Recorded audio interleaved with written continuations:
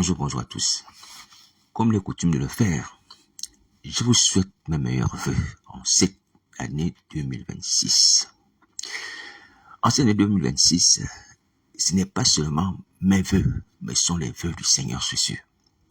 Vous voyez, qui nous permet d'aborder encore cette nouvelle année, mais en acceptant son pardon et en acceptant également la délivrance qu'il nous promet. Ne faisons plus les choses de l'année dernière, mes frères et sœurs, ne faisons plus les choses de l'année dernière, parce que plus le temps passe, plus ce temps nous rapproche de la colère. Nous rapproche de la colère. Je vous rappelle que le Seigneur m'a permis de voir un groupe de personnes fuyant, ayant peur, se courbant, n'osant regarder en haut au ciel. C'était dans un songe. Et vous voyez, c'était l'annonce, l'accomplissement d'Apocalypse chapitre 6. Donc les questions que les rois, les chefs militaires, les riches, les pauvres, les esclaves, ces gens-là vont chercher à se cacher à cause de la colère de Dieu. Frères et sœurs, nous sommes avertis. Nous connaissons ce qu'il faut pour être délivrés et ne pas être comme surpris entre griffes par rapport à la colère. Nous sommes enseignés, nous sommes informés. Ne faisons pas cette erreur. Il s'agit de notre éternité. Notre éternité. Ne vous leurrez pas parce que vous voyez que vous êtes en bonne santé. Rien ne vous est arrivé. Frères et sœurs, c'est une question de temps. C'est une question de temps, mes amis. C'est une question de temps. Et je vous vois encore avec larmes sur les photos. Ouais, des femmes qui n'ont pas enlevé leur affaire de pasteur. Et même les gens à l'église à Paris. Ouais, j'ai vu la photo d'ensemble des serviteurs de Dieu et des servants de cette assemblée. Vous voyez, vous êtes vivants, c'est bien. Mais est-ce que vous avez fait la paix avec Christ? Non. Oui.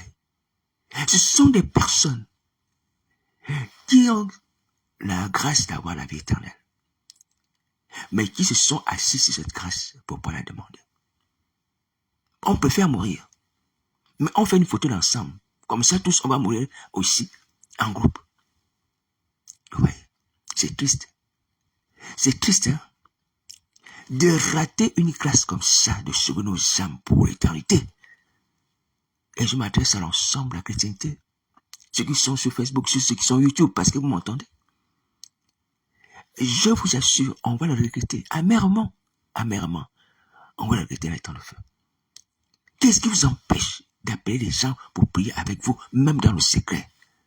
La Bible rappelle d'ailleurs que Jean le Baptiste, à un moment, lorsqu'il va être emprisonné, Hérode, le roi, va aller le voir dans sa prison pour parler avec lui. Il écoutait souvent. Même s'il lui faisait remontrances, publiquement, à cause de la femme qu'il avait épousée, la femme de son frère. Mais Hérode va quand même écouter Jean dans sa prison. Malheureusement, bon, Hérode ne s'est pas converti. Qu'est-ce qui vous empêche d'appeler les frères qui sont debout par la grâce de Nazareth et qui n'ont que seule mission de vous aider, de prier avec vous? Qu'est-ce qui empêche ça? Qu'est-ce qui empêche ça? Qu'est-ce qui empêche ça? Vous voyez, le Seigneur Jésus allant à Golgotha, portant sa croix, va se retrouver avec deux brigands, l'un à sa gauche et l'un à sa droite. Pourquoi cette rencontre? Pourquoi cette proximité?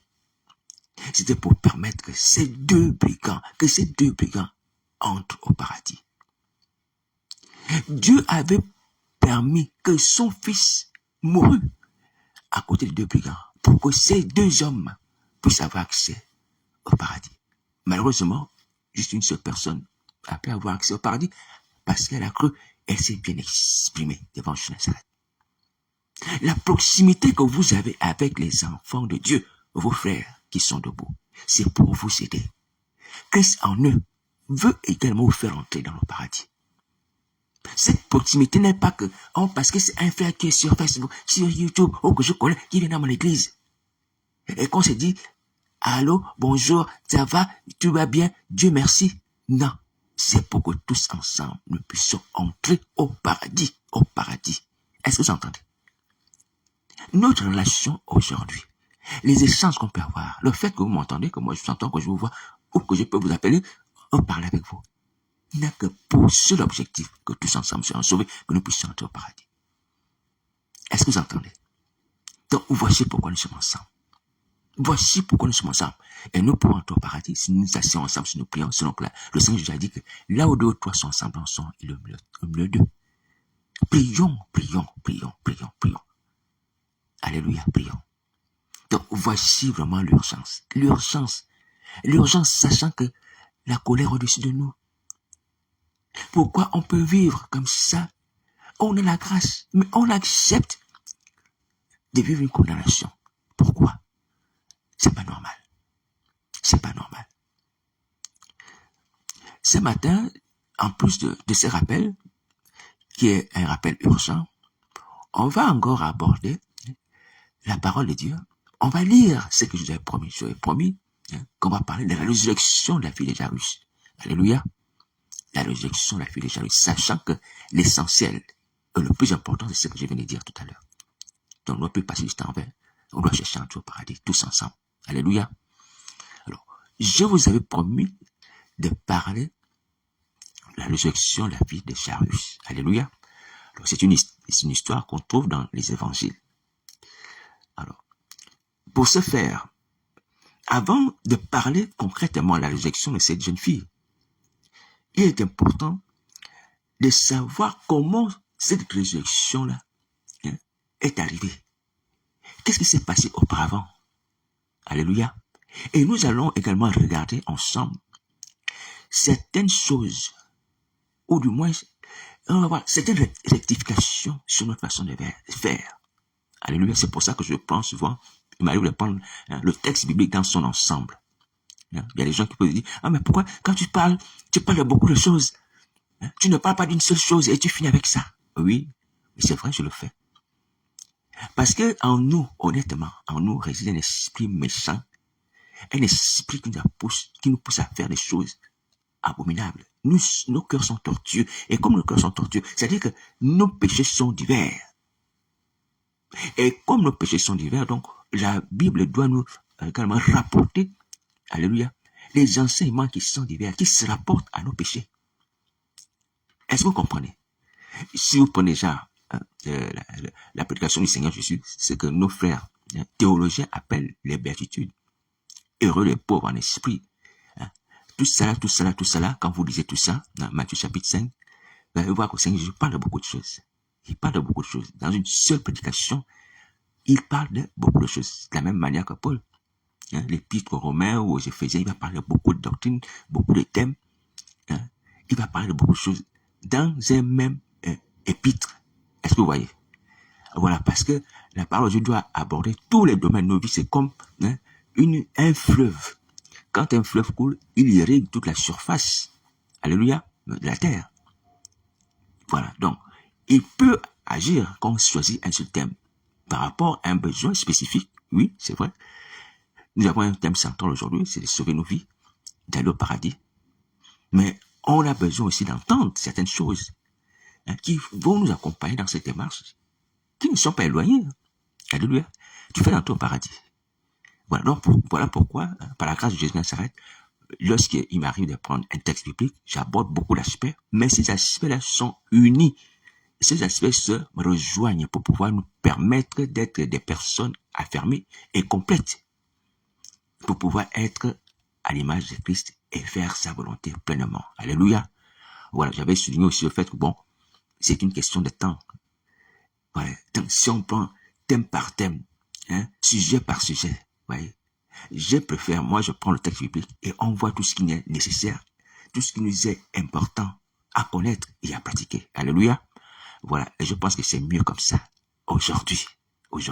Mais il est important de rappeler l'urgence. L'urgence, c'est la repentance, la délivrance, alléluia, et d'entrer au paradis. Alléluia. Voilà, mais l'entrée au paradis aussi s'accompagne d'un certain nombre d'attitudes que nous devons changer lorsque nous avons encore le temps de vivre des vies sur la terre. Vous voyez? Voilà, donc accepter les choses de Christ comme ça, parce qu'il l'a pratiqué, il enseigne comme ça. Paul aussi l'a fait, alléluia. Mais je ne dis pas qu'on ne peut pas choisir un seul thème. Commencer par ça et finir par ça. Alléluia.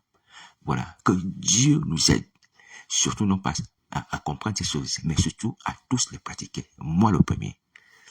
Alors, voilà pourquoi on va regarder le texte qui parle de la résurrection, la fille de Jairus. Et lorsqu'on va lire le texte, on va regarder encore d'autres choses aussi qui nous sont essentielles à connaître et à pratiquer. Alléluia. Voilà. Donc, je disais que, avant d'aborder la résurrection, la fille de Jairus, il est important de comprendre comment cette résurrection est arrivée. Qu'est-ce qui a provoqué ça, cette résurrection, la fille de Jairus? Quels sont les débuts? Alléluia. Les éléments, les causes de cette résurrection. Donc, on va reprendre la chose tout au début, selon que le texte biblique nous donne l'information. Alléluia. Alors, la Bible dit que le Seigneur Jésus, à son retour où il était, dans une région où il a délivré un homme qui avait un esprit impur. Alléluia. Cette région, c'est la région de, on l'appelle souvent Gadar, de Gadar, où il y avait un homme qui s'appelait Légion. Alléluia. Où on peut appeler encore le pays des Géraséniens, qui était vis-à-vis de la Galilée. Donc, après avoir délivré cet homme qui avait une série de démons, jusqu'à ça, il va prendre le bateau et repartir sur la terre ferme, de l'autre côté. Alléluia, de l'autre côté, c'est-à-dire en Galilée. Alors, et la Bible dit dans Luc qui rapporte cette histoire, chapitre 8, à partir du verset 40, que à son retour, Jésus fut reçu par la foule. Tous l'attendaient. Vous voyez, tous l'attendaient. Ils avaient les nouvelles que Christ était parti ailleurs, mais qu'il allait revenir. Donc la foule était là et attendait Jésus-Christ de Nazareth. Est-ce que vous entendez? Alors, verset 41. Voici, il vint un homme nommé Jairus, qui était chef de la synagogue. Il se jeta à ses pieds et le supplia d'entrer dans sa maison. Est-ce que vous entendez? Voici, parmi la foule, il y avait un homme nommé Jairus, qui était chef de la synagogue. Alléluia. Il se jeta à ses pieds et le supplia d'entrer dans sa maison. Alléluia. Alors, donc, nous voyons que, de retour de ce pays où le Seigneur a fait une délivrance, il est reçu par la foule. Et dans la foule, il y a un notable, un responsable de la synagogue, un chef des Juifs, oui, qui s'appelait Jairus. Jairus qui signifie Dieu est clair. Donc cet homme était chef de la synagogue, un fils d'Abraham, un juif pratiquant. Alléluia. Cet homme ayant entendu, ayant vu que Jésus de Nazareth était là sur le rivage, va venir publiquement se jeter à ses pieds et le supplier d'entrer dans sa maison. Alors, la raison de cette supplication nous est donnée dans la suite. On dit que parce qu'il avait une fille unique d'environ 12 ans qui se mourait. Alléluia, qui se mourait. C'est-à-dire qui était en train de mourir. Sa fille unique, qui avait 12 ans, était en train de mourir. Vous voyez? Donc, Jairus, cet homme, alléluia, connu certainement des habitants de sa région, vient solliciter l'aide du Seigneur Jésus. Alléluia. Parce que son cœur est meurtri. Sa fille unique est gravement atteinte d'une maladie. La Bible ne nous donne pas le nom. Alléluia. Mais d'une maladie grave. Et elle est sur le point de rendre l'âme. Oui. Jairus était profondément inquiet pour sa fille. Jairus voulait que sa fille soit sauvée et ne connût point la mort. Alléluia.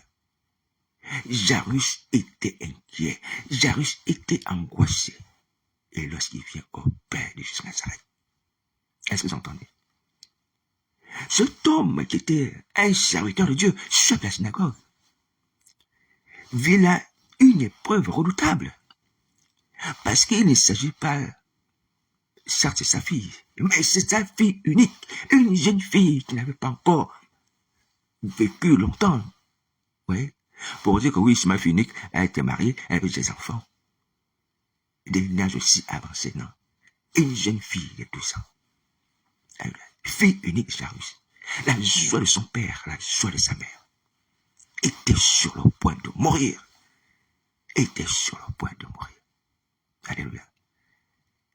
Notre ami Jairus était extrêmement angoissé par cette perspective-là. Et il vient s'agenouiller devant Jésus de Nazareth. Il vient supplier Jésus de Nazareth. Alléluia. Il vient supplier Jésus de Nazareth de faire en sorte que sa fille ne meure point parce qu'elle était en train de partir. Le malheur était rentré dans sa maison et avait frappé sa fille. Peu importe ce que Jairus avait fait, ou cet enfant, mais c'était une situation insupportable. Insupportable. Alors, j'aimerais d'abord nous dire que lorsque on a l'habitude de parler de père, on l'entend, je l'ai encore entendu, quelqu'un ce matin, j'ai donné une vidéo, à moi le père, et moi j'ai des enfants. Il faut savoir que lorsqu'on est père, on a des responsabilités spirituelles. Les responsabilités spirituelles. Là, je parle de responsabilité. C'est-à-dire que lorsque ton enfant dans la foi, comme vous dites que vous êtes père, est confronté aux attaques sataniques, à la maladie, toi le père, si tu es réellement père dans la foi de ces fidèles-là, tu dois faire tout pour que ton fidèle soit guéri. Et de surcroît, tu dois aller au pied de Christ. Pour le cas de ton fidèle, pour le cas de ton enfant dans la foi. Tu te targues d'être père. Où est ton intercession pour tes enfants dans la foi dans l'église? Ouais. Ils sont dans la misère. Ils sont dans la pauvreté. Ils sont dans des blocages, des mariages. Ouais. Des célibats sataniques. Ils sont dans le chômage. Mais tu as des pères, tu as des enfants. Et tu dis tu es père. Les enfants ont dit nous sommes notre père. Mais un père a des obligations. Un père, je parle des pères dans la foi, a des obligations. C'est pas le père biologique. Moi, je rentre dans le domaine de la spiritualité, le domaine de la chrétienté. Un père a des obligations vis-à-vis de son enfant dans la foi. Et il doit faire en sorte que lorsque cet enfant est confronté à des difficultés, il va s'agenouiller auprès de Christ.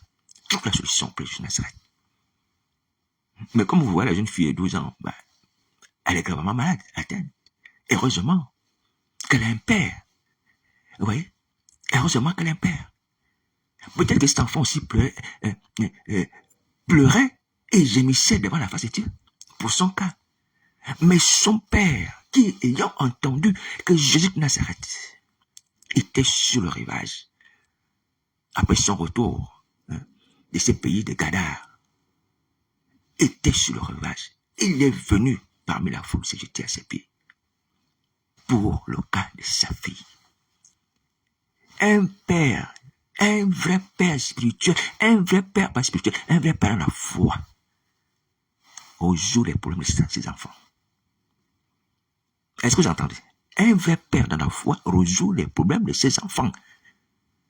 Donc, si toi, tes fidèles, on les observe, on les voit dans des quartiers avec des problèmes de difficultés, ils échouent même aux examens. Ils échouent aux examens. Comme des païens. C'est que tu n'es pas un bon père dans la foi. Tu n'es pas un bon père dans la foi. À la limite, ce n'est pas une jeu. Hein?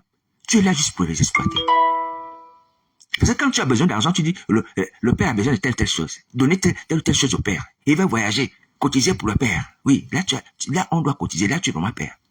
Quand tu as besoin d'argent, tu es vraiment père. Mais quand les enfants sont confrontés à des difficultés et des blocages, on ne te voit pas. Et c'est à eux que tu vas dire, allez jeûner 3 jours. Allez faire ceci 3 jours. Toi, tu ne fais rien. Tu ne fais rien. Et puis, tu vas faire un semblant de prière. Dis que vous êtes guéri, vous êtes sauvé. Et si la guérison ne se produit pas, tu vas dire non, c'est toi. Le problème, c'est toi. Vous avez vu que Jairus va lui-même au pied de Nazareth, supplier le Seigneur Jésus pour sa fille. C'est ça un vrai père dans la foi. Vous voyez comment Paul et Timothée étaient. Oui. Paul et Timothée. Il dit, mon enfant, dans la foi, il n'y avait pas que Timothée, mais aussi Tite. Mais Paul s'informait de leur situation, exhortait, enseignait. Oui. Fléchissait les genoux. Pour eux. Est-ce que vous voyez? C'est ça un vrai père. Quand on a un vrai père comme ça, qui nous enseigne, c'est vrai, mais qui vient également en notre secours lorsqu'on est confronté à la maladie, à l'échec, à la mort, à la pauvreté, peu importe, les attaques diaboliques. Il va au pied du trône de la grâce, au pied du trône de Jésus Nazareth. Il va demander la grâce pour son fils ou pour sa fille. C'est ça un vrai père dans la foi. Et nous ne sommes pas des pères dans la foi parce que nous ne réagissons pas comme des pères dans la foi. Alléluia. Vous voyez, parfois, il m'est arrivé, une fois ou deux fois, je ne sais pas, quand j'ai discuté avec une fille, une personne, je lui ai demandé qui est ton père dans la foi. Comment on est les pères dans la foi? Qui est ton père? Ah, on me dit c'est le pasteur tel. Dès que je vais sur Facebook, sur YouTube, je regarde le pasteur, c'est même pas la peine. Mais voici pourquoi tu es comme ça. Ton attitude démontre que tu n'as pas un bon père. Mais tu vas tous les dimanches, tu donnes les dîmes, tu participes à l'entretien de cet homme-là, sa femme, ses enfants, peu importe. Mais ta vie ne décolle pas. Ta vie ne décolle pas. Parce que tu es un mauvais père dans la foi. Tu es un mauvais père dans la foi. Tu as beau lui donner les dîmes aux enfants, les cadeaux. Tu achètes les chemises, tu achètes les costumes, tu achètes tout. Tu vas même faire la vaisselle. J'ai vu ça. C'est un homme de Dieu. Si se reconnaît, tu sois béni. Parce qu'il était aussi un instrument de bénédiction pour moi. Mais cependant, j'ai vu une soeur allait faire la vaisselle là-bas. Aider maman pasteur. Ouais. Moi, je faisais des travaux de peinture chez cet homme-là. Qu'il soit béni. Bon. J'espère que cette soeur est bénie. Mais apparemment, bon, bref. J'ai appris qu'elle s'est mariée, tout ça, bref. Mais simplement, j'aimerais nous dire, mes amis, mes frères et sœurs, il faut arrêter.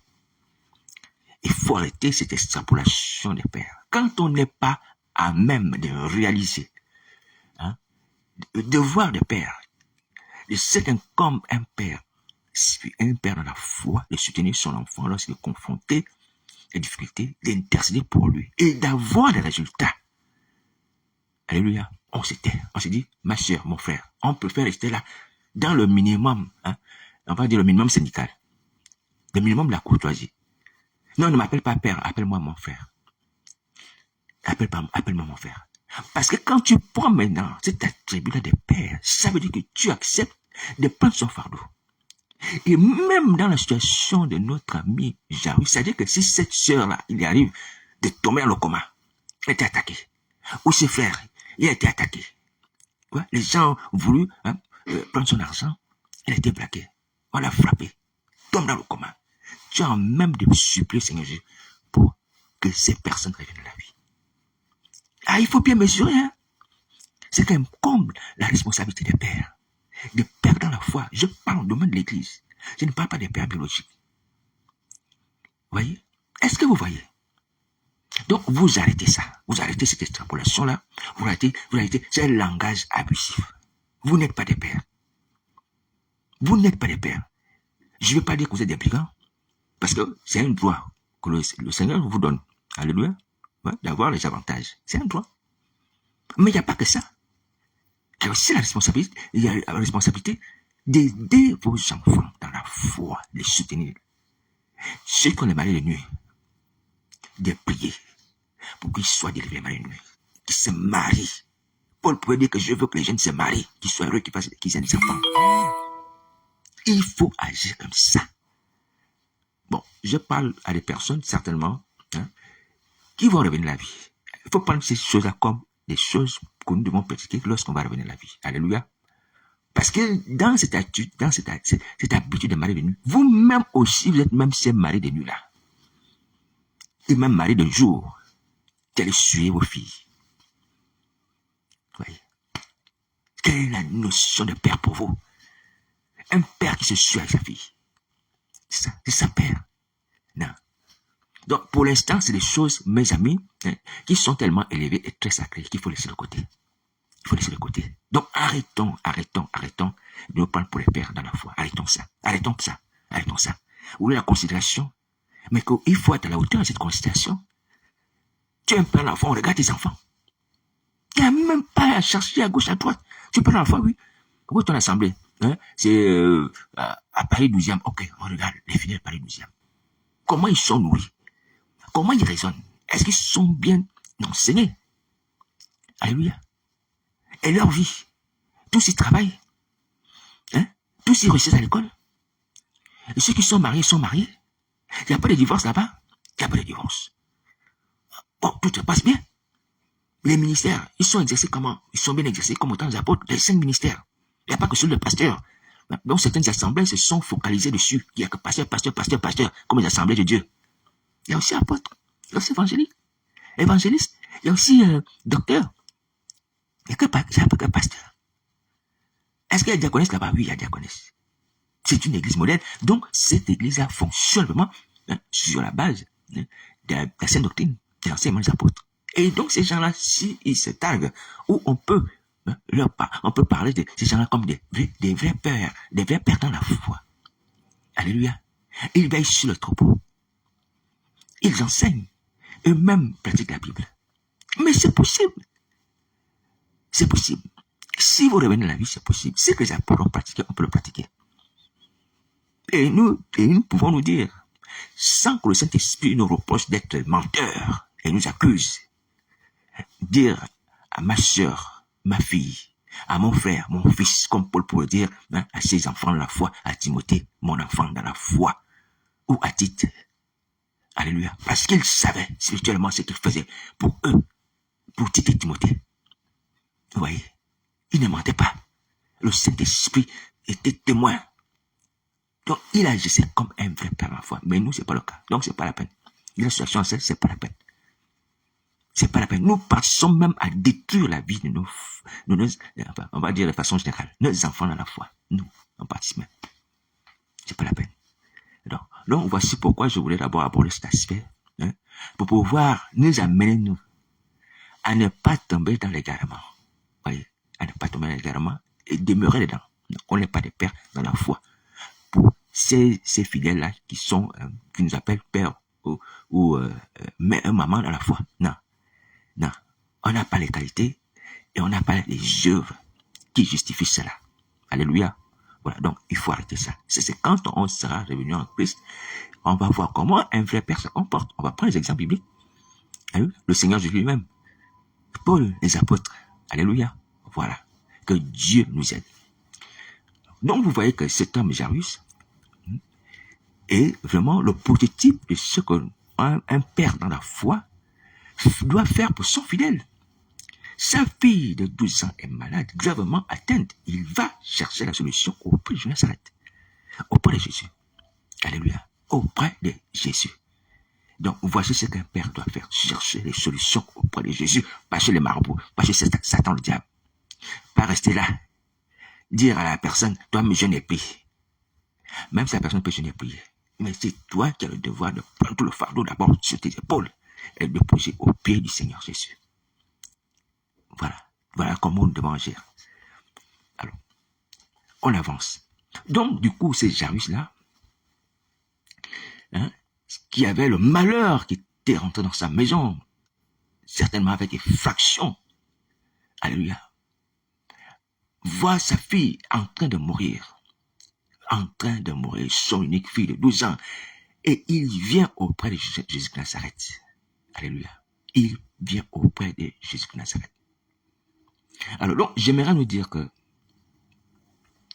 il y a des gens qui savent aussi s'adresser à Jésus. Et ce Jairus-là fait partie de ces gens.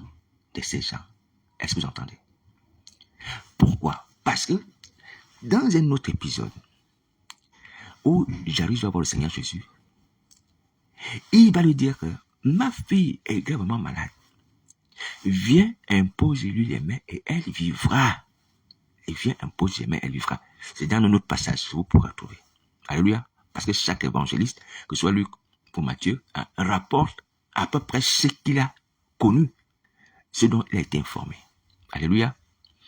Nous n'avons pas ici les paroles que Jairus dit à Jésus de Nazareth, de la part de Luc, Mais dans un autre récit de la résurrection de la fille de Jairus, cet homme va dire à Jésus, viens, impose les mains à ma fille et elle vivra.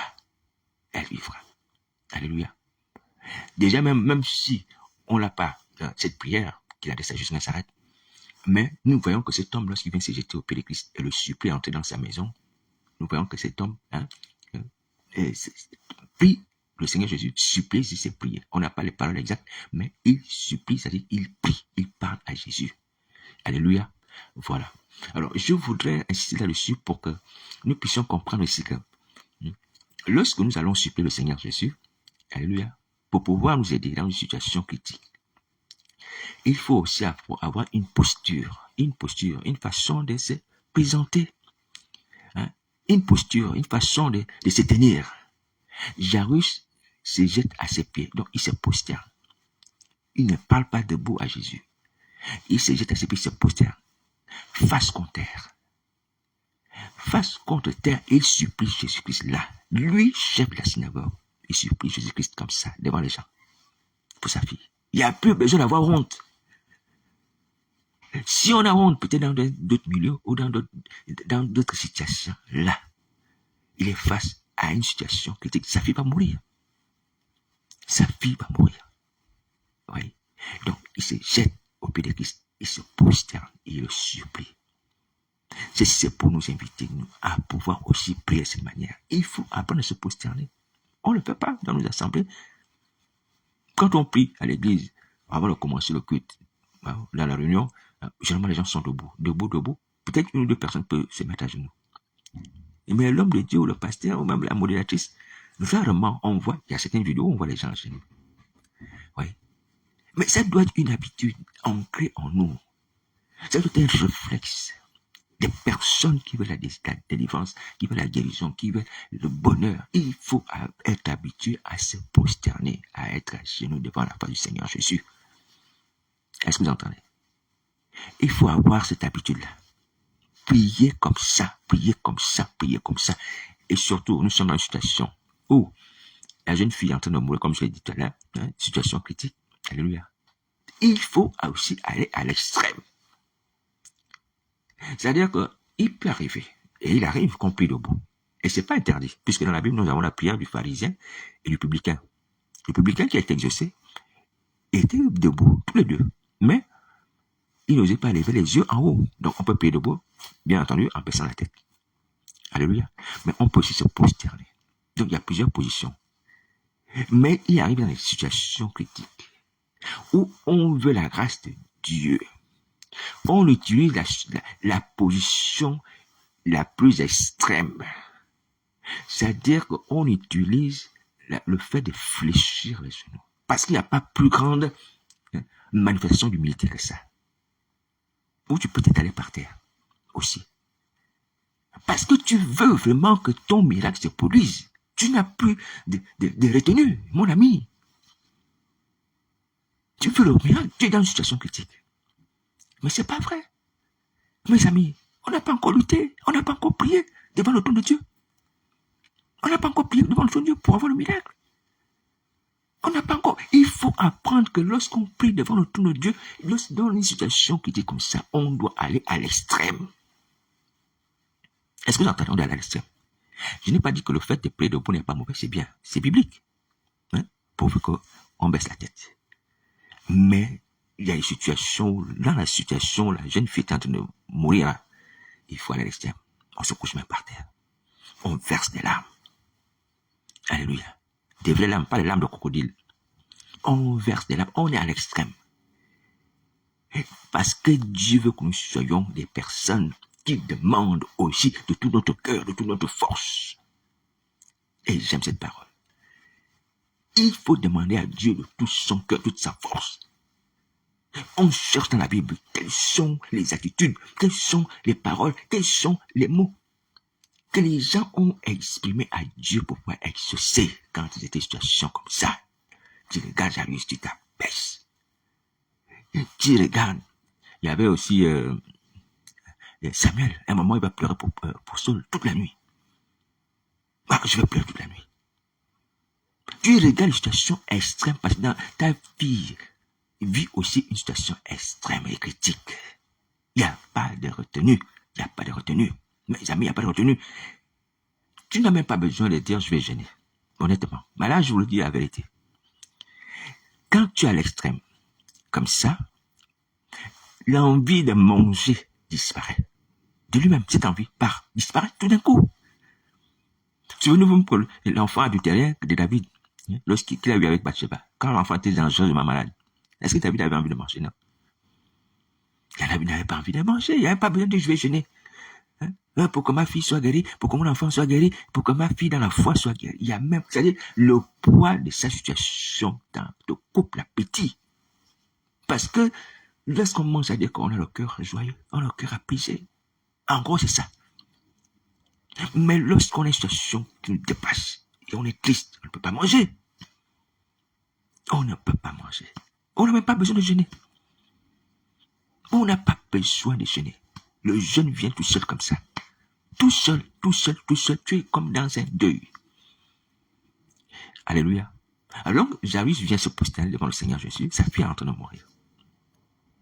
Et il supplie le Seigneur Jésus.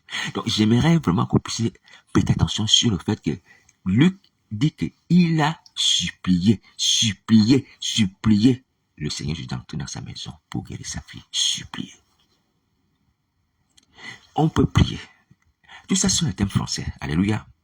Mais les termes qui ont plus de force, qui ont plus de puissance, de profondeur dans certaines situations. Peut-être dans un autre passage, que ce soit Matthieu, autre on va dire, il va prier. Alléluia. Mais moi, j'aime cette traduction-là. Où il est écrit qu'il supplia. Il supplia. Supplier, mes amis, vous savez ce que ça veut dire supplier? C'est une prière très profonde. Une supplication, c'est un acte dans lequel on exprime tout son besoin avec ardeur. Ardeur. Ah, Seigneur. C'est pas une prière simple, non. C'est une prière très profonde, en quelque sorte. Alléluia, supplie. Il supplie. Alors, j'aimerais te dire que mon ami, mon frère, ma soeur, honnêtement, vous voyez, les gens de la Bible, ce sont des modèles. Hein.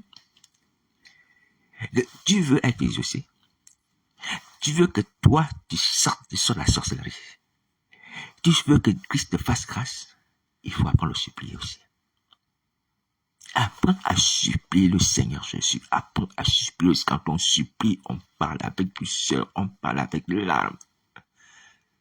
On parle avec des pleurs, face contre terre. Et Jésus Nazareth, qui est compatissant, agira. Alléluia. Arrêtons de croire que le salut, la délivrance, toutes ces choses nous viendront comme ça parce qu'on va prier, Seigneur Jésus, fais grâce, parce qu'il est écrit, quiconque est au nom du Seigneur sera sauvé. Oui, on le fait. Vous voyez, parfois, ce n'est pas souvent le fait de dire ça qui nous amène à être exaucés. Mais parce qu'on ne prend pas assez de profondeur. Ouais, on n'est pas assez profond, assez extrême dans cette demande-là. Vous voyez, si tu as compris que ça, c'est le secret, fais ça. Fais ça, tu vivras. Et si tu as fait, tu es allé jusqu'à cet extrême-là, et que tu n'as pas exaucé, c'est que tu n'as pas exaucé, tu n'as pas prié Jésus. C'est pas le Jésus de la Bible dont je parle. Et donc, les questions, c'est que tu as prié. Alléluia. Ou si tu as prié Jésus, c'est qu'il y avait un autre problème. Tu as supplié, tu t'es prosterné. Il n'a pas agi. Non. Parce que lorsque cet homme, Jairus, va supplier le Seigneur Jésus, va se mettre à genoux devant sa face, Christ ne va pas répondre. Et il va faire quoi? Il va se diriger dans sa maison. Pourquoi? Parce que la prière, on va dire comme ça, la demande, on va dire comme ça, était parfaite. Que ce soit sur la forme, que ce soit sur le fond, que ce soit le contenu, que ce soit la personne qui la porte. Alléluia. Elle était parfaite. Il n'y avait rien à dire. Rien à dire. Alléluia. Rien à dire. Et j'insiste sur le fait que non seulement la forme, le contenu, c'est-à-dire les paroles, et le fait de se prosterner, ces choses-là ont amené Christ, alléluia, allait chez Jairus. Mais Christ a vu également la foi. Il a vu la foi de cet homme-là, dans ces œuvres-là. Quand on ne s'approche pas de Jésus, si on n'a pas la foi, mes amis. Souvenons-nous, même pendant que Jairus était en train de faire cette demande, il y a une femme qui avait la pâte de sang qui va venir toucher le vêtement de Jésus et qui va dire que si je touche simplement le vêtement de cet homme, c'est guéri. Cet homme avait la foi. Cette femme avait la foi dans la personne de Jésus. Et elle a été guérie. Le Seigneur Jésus a vu la foi. Il a vu la foi de cet homme en lui. Vous voyez, il a vu la foi. Il n'a même pas dit quoi que ce soit, il a vu la foi. Dès que Christ voit la foi dans ta prière, tu as le résultat. Tu as la bénédiction. Tu as ta demande exaucée. Alléluia. Tu as les demandes exaucées. Christ a vu la foi. Il est venu supplier Jésus de Nazareth d'entrer dans sa maison. Christ a vu la foi. Alléluia. Et il a accepté d'aller dans sa maison. Vous voyez, il faut avoir la foi, mon ami, mon frère, ma chère, il faut avoir la foi. La foi vient de quoi? La foi vient de ce qu'on entend. Et ce qu'on entend vient de la parole de Christ, comme la Bible dit. C'est-à-dire que ce qu'on entend de Christ, ce qu'on entend sur Christ, ce qu'on entend des faits de Christ, c'est ce qui te donne la foi. Et cet homme Jairus a eu foi en Jésus parce qu'il avait entendu. La foule certainement racontait, les gens racontaient que Jésus de Nazareth guérissait les gens. Jésus de Nazareth délivrait les gens qui étaient possédés. Puis c'est esprits malins. Voici pourquoi il est venu. Comme la Bible dit que la foi vient de ce qu'on entend, elle a entendu, il est venu. Ah Seigneur, ah Jésus, ah Jésus, prends pitié de nous. Nous avons maintes fois entendu les récits de tes œuvres. Mais on est là, on ne vient pas te supplier. On ne vient pas s'humilier. On ne vient pas se prosterner pour lui. Je ne sais pas ce qui se passe en nous. Je ne sais pas.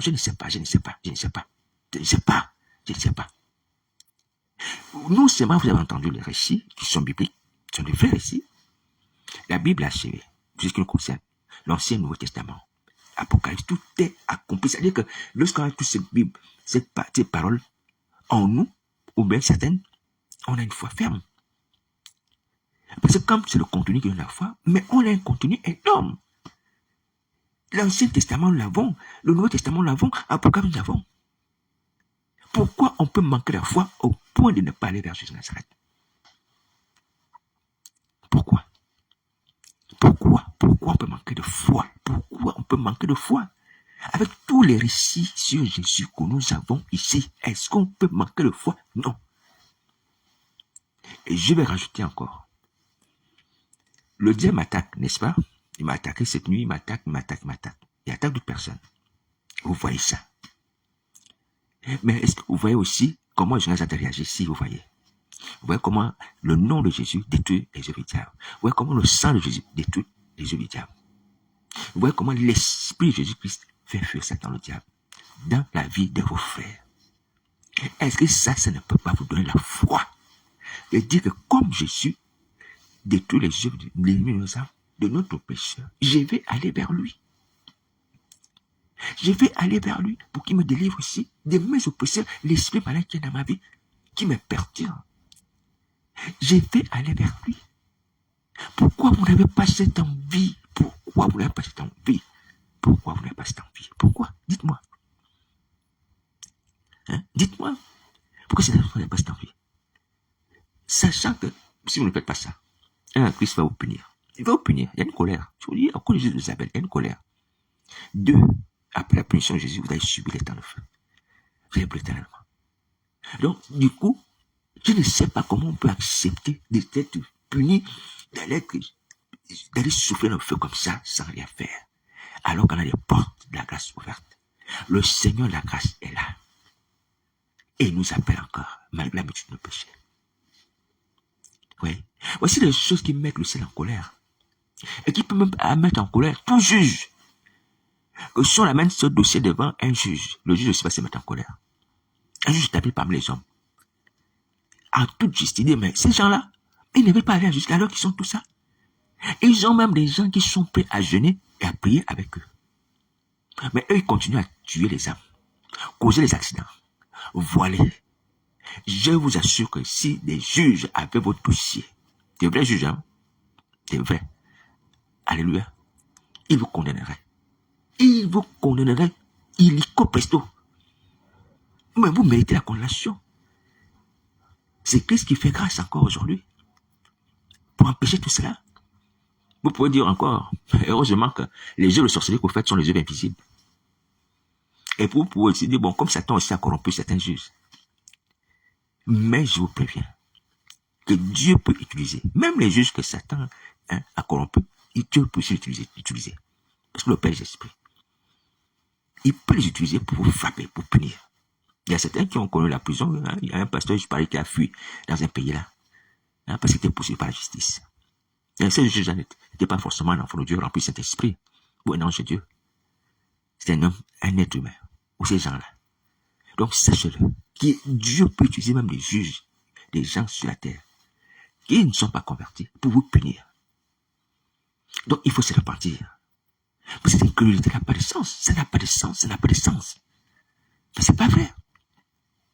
Non seulement on se condamne, en même temps on fait du mal aux gens. Mais c'est pas vrai. Donc vous arrêtez l'incrédulité. Vous avez tout pour croire. Donc les récits sur Jésus-Christ, c'est fait. Les miracles sont dans la Bible. Les miracles des apôtres sont dans la Bible.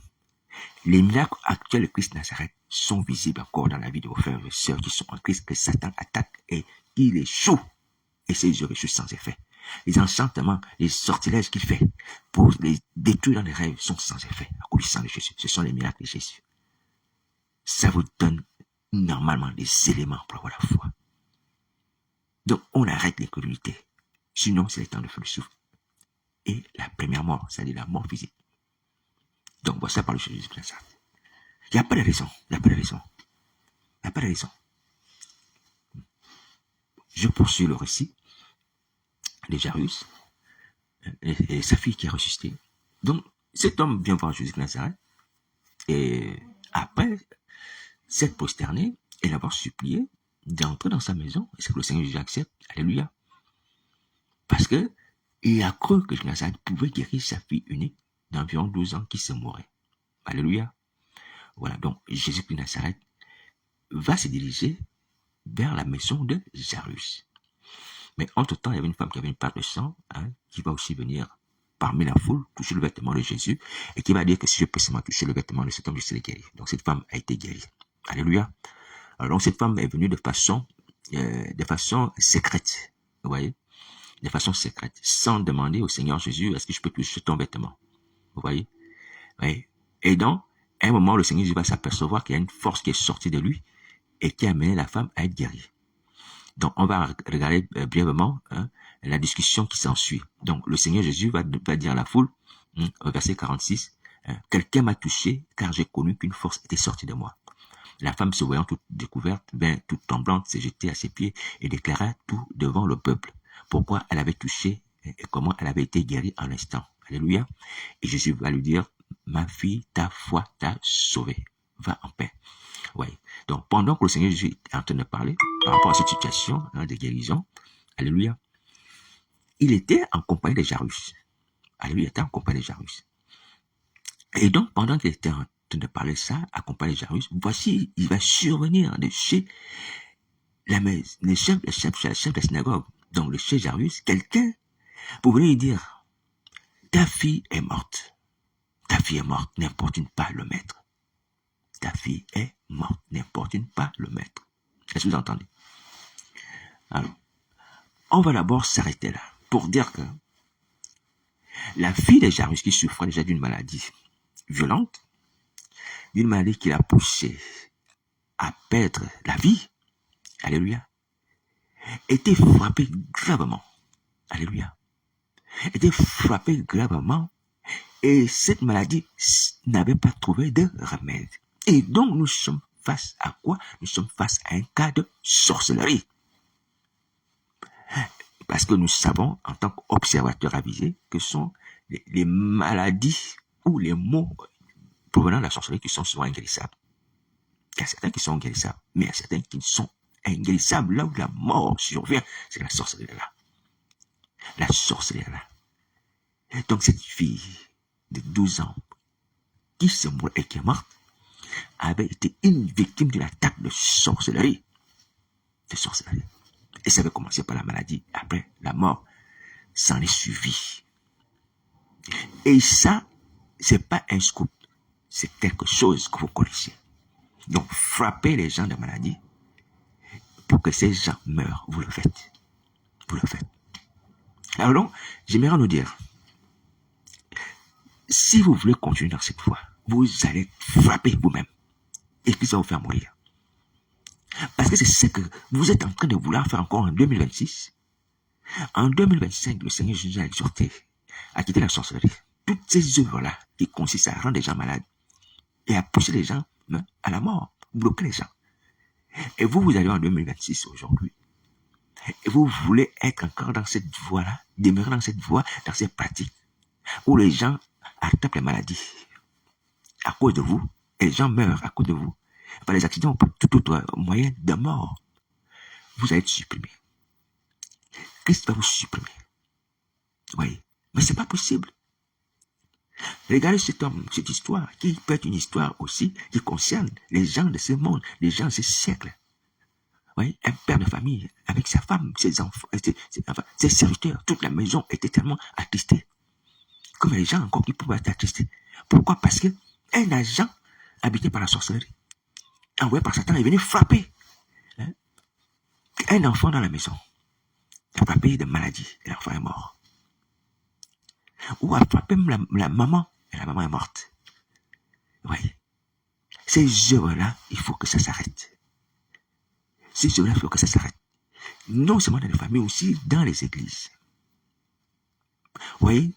La sorcellerie n'a pas de limite puisqu'elle opère dans les églises et dans les familles, dans les rues. Vous arrêtez ça. Vous arrêtez ça. Vous arrêtez ça. Est-ce que vous entendez? Vous arrêtez ça. Sinon, c'est puni. C'est puni. C'est puni. Donc, les sortilèges, tout ce que vous faites pour rendre les gens malades, vous arrêtez.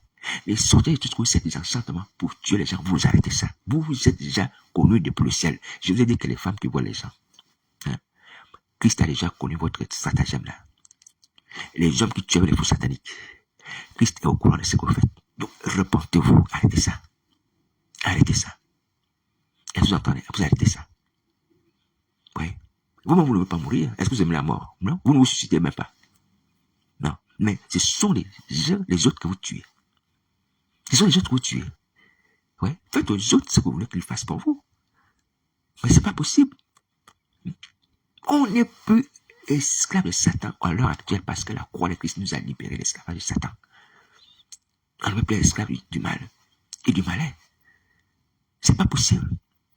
Les gens du dehors, c'est-à-dire les gens qui ne sont pas de l'église, vous m'entendez, je vous parle aussi, pareil, parce que la sorcellerie aussi, c'est pratique partout. Vous arrêtez ça, ces jours-là. Les gens de l'église, vous arrêtez ça. Et ça, c'est une honte. Une honte. Les gens qui ont le pouvoir de Jésus, vous son nom, d'être soumis aux démons. Les démons que vous avez le pouvoir de chasser. Vous obéissez à ces démons pour faire le mal à ça. C'est une vraie honte. Une vraie honte. Une vraie honte. Alors, donc au sujet de la fille de Jairus, qui est une victime de la sorcellerie, comme aujourd'hui encore eu des victimes de la sorcellerie. Donc, je viens vous dire qu'il faut vous repentir de toutes les victimes des personnes que vous avez fait tomber. Tu as fait déjà tomber des dizaines, des centaines de personnes. Tu te repens de ça. Tu te repens et tu arrêtes. Tu te repens et tu es pasteur à dire que tu arrêtes aujourd'hui. Voici ce que Christ veut, tu arrêtes. Isabelle qui séduisait les serviteurs de Dieu pour séduire à l'impudicité. Mais qu'est-ce qui est arrivé à la fin? Ces gens mouraient. Parce que ça lui péché à mort. Satan récupérait ces gens. Vous savez, les Isabelle qui était juste un instrument, un peu comme une seringue. Quand on injecte à quelqu'un un liquide et le liquide fait son effet. Voyez. Vous arrêtez ça maintenant, au nom de Jésus. Sinon, vous serez puni de mort. Mais on ne sait plus comment vous amener à la repentance. Les gens qui ont la parole de Dieu, qui pêchent sur le sang de Jésus. Oh Seigneur Jésus, c'est pas vrai. C'est pas le sang de Christ Nazareth qui me permet d'être debout, de parler, avec toutes les attaques de Satan que j'ai subies. C'est pas le sang de Christ qui permet ça. Le sang de Christ dont vous parlez dans les vidéos sur Internet là. Mais ce même sang là n'a pas changé. Mais prenez le sang de Jésus, mangez à chaque buvez son sang. repentez-vous d'abord. Et vous aurez la délivrance, sinon mal vous quitter. Qu'est-ce que c'est de chanter? Le sang de Jésus fait ça, le sang de Jésus fait comme ça. Vous-même, vous n'êtes pas délivrés. Pourquoi vous agissez contre vos vies comme ça? Quel est ce type d'individu que nous avons aujourd'hui? Qui a le médicament dans sa main, le médicament dans sa main. Le médicament, le sang de Nazareth. Qui parle du médicament au sang. Mais lui, cet homme ou cette femme elle-même ne se soigne pas. Ah, Seigneur Jésus. Seigneur Jésus. Ce médicament que tu as dans ta main là, il fait fuir ton ennemi, celui qui te donne les ordres, Satan, le diable, le démon. Il le fait fuir. Je ne t'apprends pas, tu le sais. Satan fuit dès qu'on dit le sang de Jésus.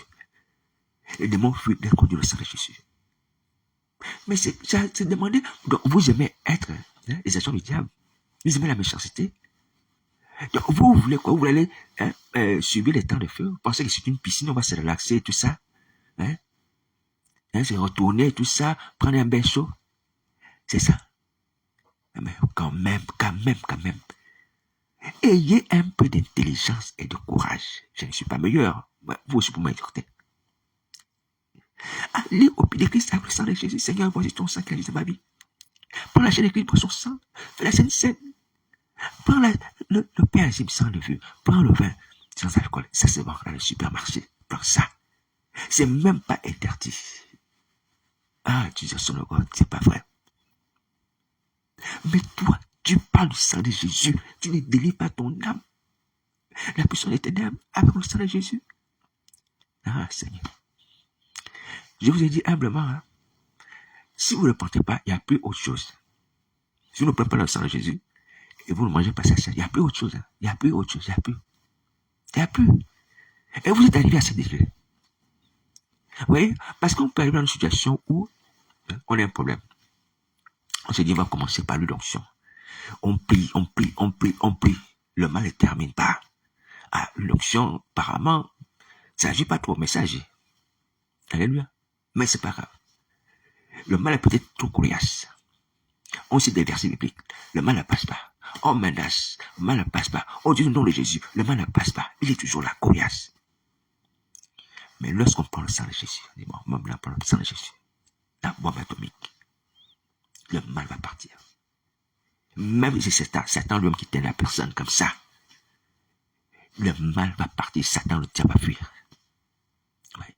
Donc, on n'est pas au degré où on commence à dire, on sait des versets bibliques, on déclare le nom de Jésus, et c'est, non, on a l'arme ultime qui s'appelle le sang de Jésus. On a l'arme ultime, d'habitude de maladie. Toutes les possessions démoniaques, toutes les malédictions. On est libéré totalement par l'arme ultime qui s'appelle le sang de Jésus. Qu'est-ce qu'on fait de ça? Rien. On parle simplement du sang de Jésus. On proclame le sang de Jésus. Si je vais sur YouTube tout de suite, je vais voir des vidéos des gens qui sont possédés de la sorcellerie qui parlent du sang de Jésus. Ils sont comme les femmes. Avec des micros. Ah, pitié de nous. Pitié. C'est malheureux. Vraiment. Regardez comment vous laissez Satan le soin de vous arracher votre propre salut et de vous amener vous-même à ne pas vous délivrer. Alors que vous avez les armes sur la main. Vous avez les armes avec vous. Regardez l'homme aujourd'hui. L'homme évangélique, soi-disant, on est meilleur que les catholiques. Ou la femme évangélique. Tu as le sang de Jésus dans ta bouche. Tu fais même des vidéos sur le sang de Jésus. Tu n'es pas délivré de la sorcellerie. Tu n'es pas délivré de la sorcellerie. Tu vas pleurer dans le feu. Qui va pleurer pour toi? Dis-moi. Qui va pleurer pour toi? Dans ces conditions, qui va pleurer pour toi? Non, mais qui va pleurer pour toi? Vous voyez, on pleure souvent pour les gens. On dit, Seigneur, pardonne. Prends pitié. Ils ne savent pas ce qu'ils font. Et ils n'ont pas ce qu'il faut pour être délivrés. Est-ce que vous entendez? Ils ne savent pas ce qu'ils font. Et ils n'ont pas ce qu'il faut pour être délivrés. Quand Dieu, dans le ciel, assis sur ton entend ça, il dit oui, c'est vrai. Ils ne savent pas ce qu'ils font. Et ils n'ont pas ce qu'il faut pour être délivrés. Ah, Seigneur. Mais nous, on sait ce qu'on fait. On sait ce qu'on fait parce que vous savez que vous allez prendre les ordres sur le diable pour détruire les vies humaines et vous savez que le sang de Christ Nazareth, vous avez ce qu'il faut détruire les œuvres du diable. Vous le voyez dans ma misérable vie au milieu des attaques sataniques. Comment Dieu va vous délivrer dans cette condition-là si vous ne mettez pas en pratique ce qu'il nous a donné et si vous ne cherchez pas vous-même à sauver vos vies? Oui, Vous voyez, il y a des prières, parfois, Dieu peut dire, c'est moi qui le dis, hein. Non, je suppose. Il dit que, non, c'est à eux-mêmes de venir parler. Toi, tais-toi, c'est à eux-mêmes de venir parler. Parce que vous savez ce que vous faites. Vous connaissez la puissance du sang de Christ. Vous n'êtes pas des gens avec qui, pour qui on va dire, Seigneur, prends pitié de ces gens. Ils ne savent pas, ils sont aveuglés. Seigneur, prends pitié de ces gens. Ils ne connaissent pas la puissance du sang de Jésus. Mais Dieu va dire non. Il connaît le sang de Jésus puisqu'il en parle. Il parle même des vertus du sang de Jésus. Mais une prière comme ça, vous pensez que Dieu va l'exaucer? Je ne suis pas sûr. En toute honnêteté, je ne suis pas sûr. Hein? Comment on va plaider pour vous? Comment on va plaider pour vous? Comment on va plaider pour vous? Dans ces conditions, on va plaider pour vous comment? Oui. Regardez comment vous donnez à Satan le soin de bien vous condamner, de bien vous attacher, de bien vous lier. Et même le chrétien qui veut pleurer pour vous ne peut même pas pleurer. Il ne peut même pas pleurer parce qu'il faut quand même une bonne raison pour pleurer. On peut dire qu'ils sont aveuglés. Ok, Satan les a envoûtés, ça c'est vrai. Mais ils ont le sang de Christ dans ça qui délivre les envoûtements. Regardons l'épisode des disciples sur le chemin d'Emmaüs. Qu'est-ce qui s'est passé au chemin d'Emmaüs? Le chemin d'Emmaüs, le Seigneur Jésus raconte ces deux disciples, Cléopas et l'autre, qui n'avaient pas le reconnaître. Le Seigneur Jésus parle des Écritures, parle de sa personne, rien à faire. Les yeux sont fermés. Bon, alors ils arrivent à la maison et là, le Seigneur Jésus fera grâce, prend le pain et leur donne. Les yeux s'ouvrent. Ils le reconnaissent aussitôt. Est-ce que vous voyez? Sur le chemin, à la limite, on pouvait dire que le Seigneur Jésus n'avait pas encore utilisé toutes les armes qu'il fallait pour délivrer ses disciples. Il n'a pas encore tout utilisé. Alléluia.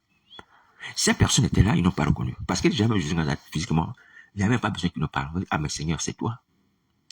Non, physiquement, ils n'ont pas reconnu le Seigneur. Par les paroles, ils ne sont pas encore, ils ne sont même pas souvenus de ce que Christ leur avait dit. Alléluia. Ils ont tout oublié. Vous voyez? Et maintenant, le Seigneur dit, bon, ces gens-là, comme ma personne ne reconnaissent pas, les Écritures n'arrivent à rien faire. Bon, on va utiliser l'arme ultime, qui est mon corps, le pain. Alléluia. Il va prendre le pain. Il va rendre grâce, il donne, et paf. Et paf, les yeux s'ouvrent. Le voile est déchiré.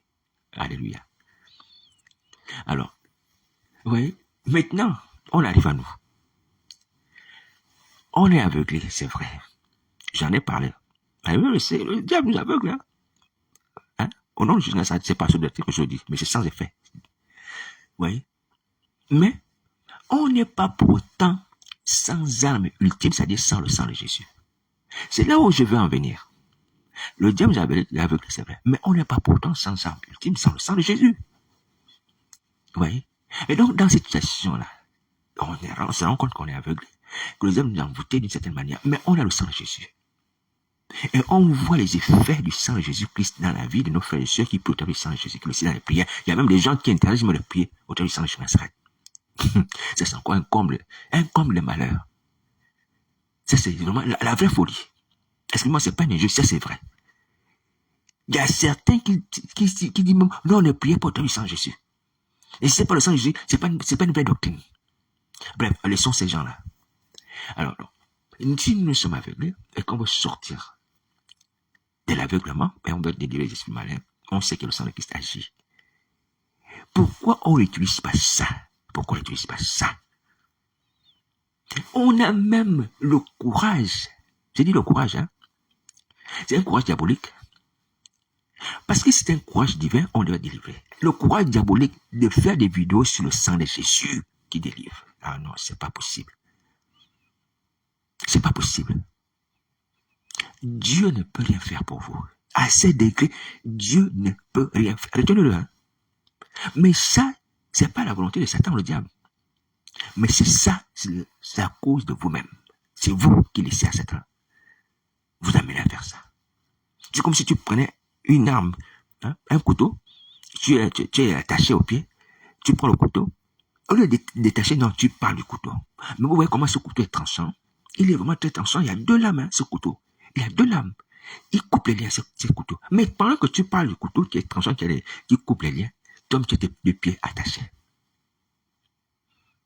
Tu as tes deux pieds attachés. Et en plus de ça, tu as la bouche ouverte.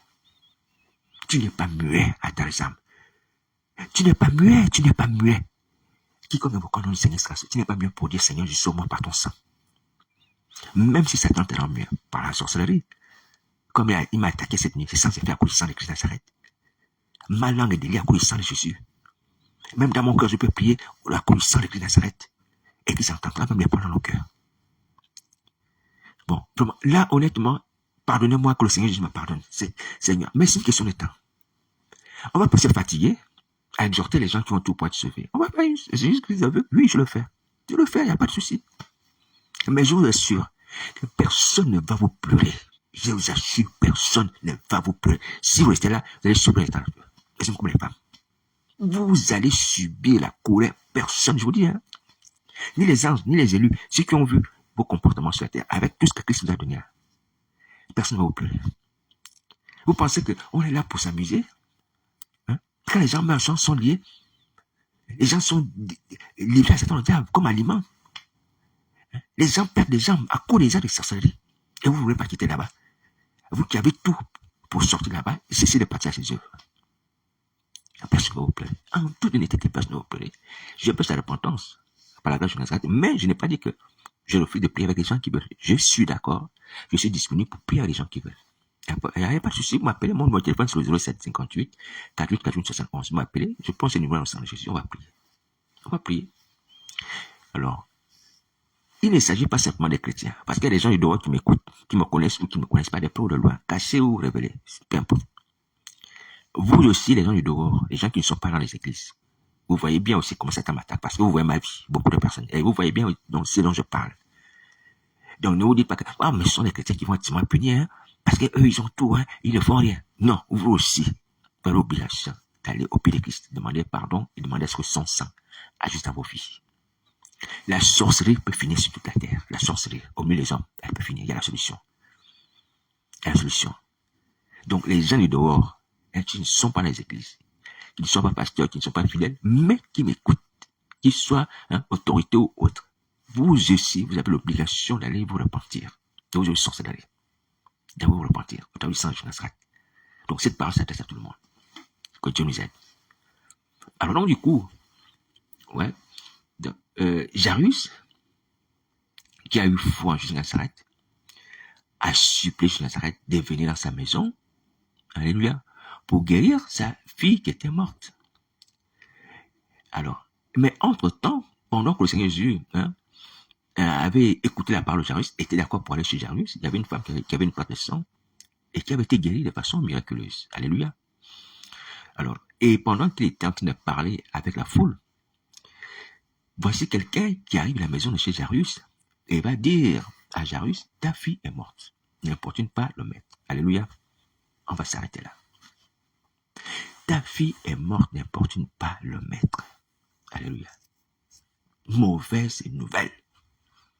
Jairus qui était venu motiver pour la guérison de sa fille, pensant que Jésus de Nazareth allait permettre que sa fille ne mourût point, que Jésus de Nazareth allait faire en sorte que le mal quitte sa fille. Mais voici que le contraire arrive.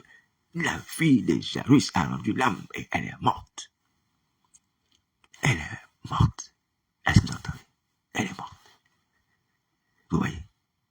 On imagine ce qui se passe dans le cœur de Jairus. On imagine ce qui se passe dans le cœur de Jairus. Et le serviteur qui vient dire à Jairus que ta fille est morte n'importune pas le maître. Traduit effectivement ce qu'on a parlé, ce dont on a parlé il y a quelques jours. On a parlé des fausses certitudes. Les fausses certitudes, c'est dire que telle chose ne peut pas être vraie. Alléluia. Ou parce qu'on l'a pas vu, ou parce qu'on l'a pas entendu. C'est de prendre pour vrai ce qui est faux. Alors, je m'explique.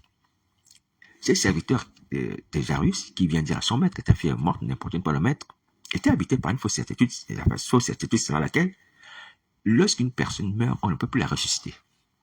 C'est ce que ça veut dire. Lorsqu'une personne meurt, on ne peut plus la ressusciter. C'était la certitude de ce serviteur-là. Lorsqu'il vient le dire à son maître. Et cette certitude était fausse. Même si, je l'ai dit, on peut la comprendre.